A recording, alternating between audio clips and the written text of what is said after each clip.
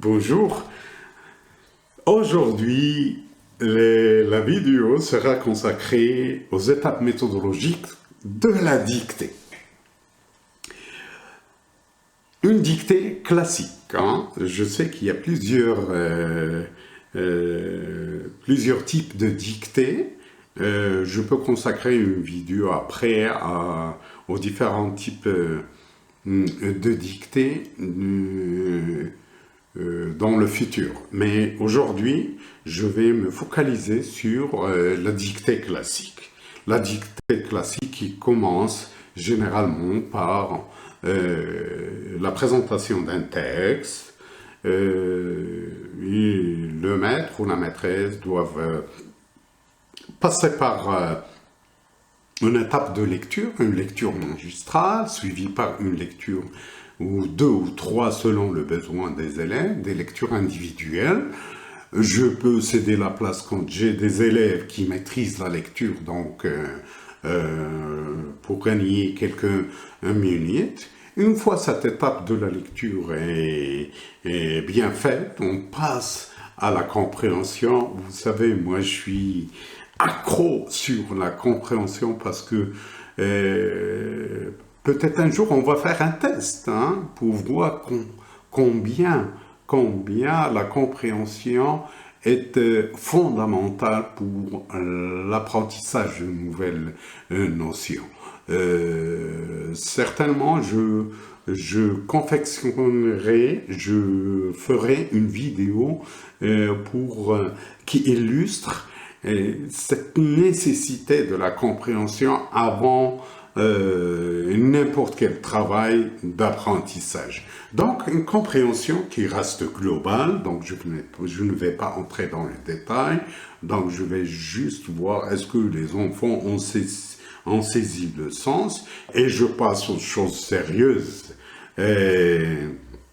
Objet de la leçon du jour, à savoir l'étude du texte sur le plan de l'orthographe grammaticale et l'orthographe d'usage. Vous allez me dire, et parmi vous, il y aura certainement quelques-unes qui me posent la question, quelle est la différence entre l'orthographe grammaticale et l'orthographe d'usage? L'orthographe grammaticale, c'est l'orthographe gérée par des règles. Donc, il y a des règles. Exemple, le genre, le nombre, l'accord du participe passé, l'utilisation de l'auxiliaire avoir, l'utilisation de l'auxiliaire être, etc., etc. Donc, ce sont de l'orthographe imposée par des règles qu'on peut maîtriser. D'ailleurs, l'orthographe grammaticale, on revient aux leçons de l'orthographe pour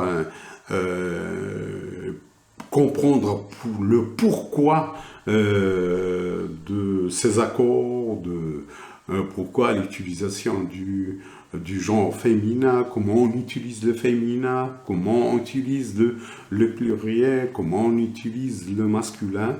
Donc ce sont des leçons en fait qui sont étudiées lors des leçons d'orthographe, parce que la dictée en fait c'est une application. Maintenant, l'orthographe d'usage, c'est toutes les notions orthographiques qui ne sont pas expliquées par une règle. Exemple, pourquoi éléphant, on écrit éléphant avec PH? Pourquoi on écrit doigt avec G? Donc, c'est ce qu'on appelle l'orthographe d'usage. C'est de l'orthographe qu'on maîtrise chemin faisant en utilisant et en écrivant la langue française. Donc, dans une quatrième étape, nous allons nous focaliser sur les notions parce que le texte doit renfermer les notions à l'étude et qui ont été étudiées lors des leçons d'orthographe, et la dictée vient pour évaluer le degré de maîtrise de ces notions au niveau de l'orthographe grammaticale. Puis après cette étude des mots, on peut trouver dans le texte des mots, par exemple, pied, pourquoi un D à la fin, non,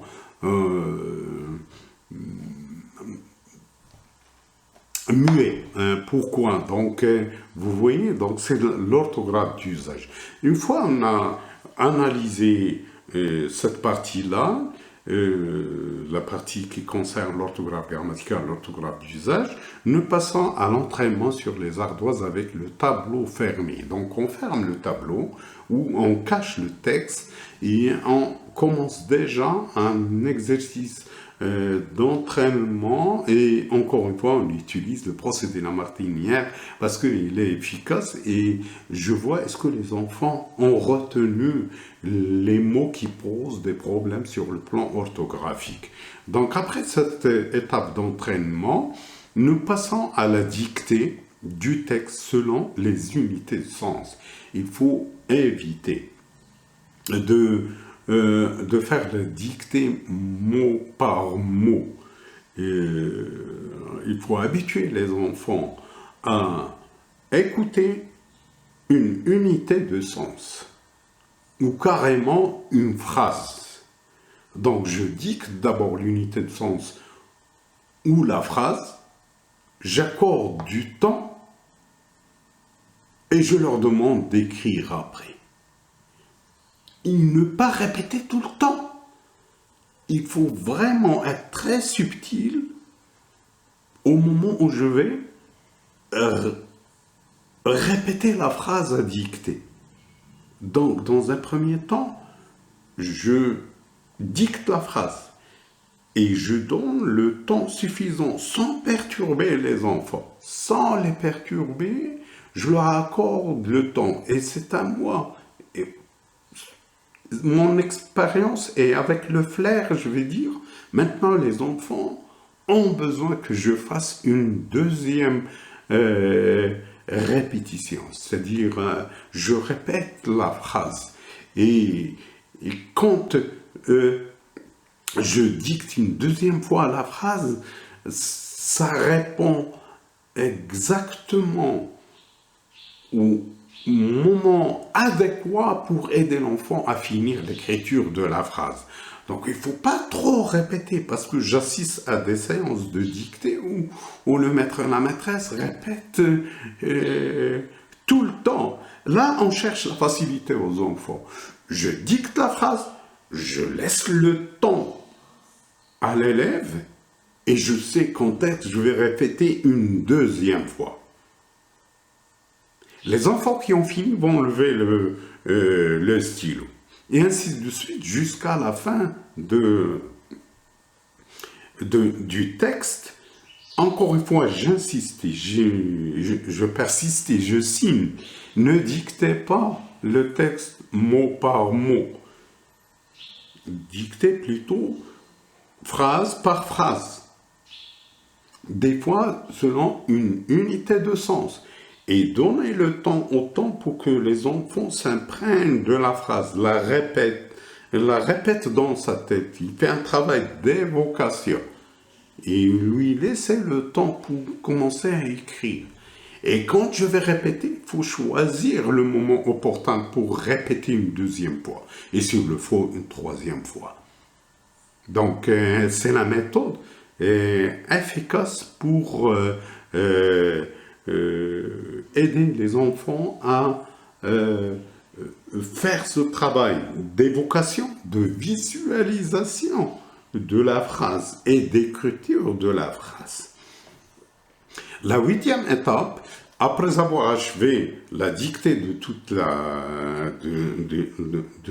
du texte dans son intégralité, j'enchaînerai par une dernière lecture. C'est la lecture finale, c'est une lecture finale, et une lecture lente, on peut exagérer la lenteur pour donner aux enfants le temps de se racheter et corriger les erreurs commises. Et après, on affiche le texte si on demande aux enfants de corriger avec une autre couleur.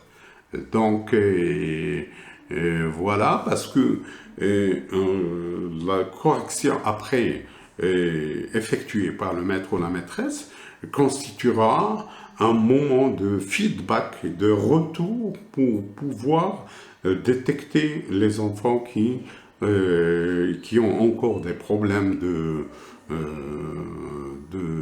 d'orthographe. Voilà, merci d'avoir visionné cette vidéo.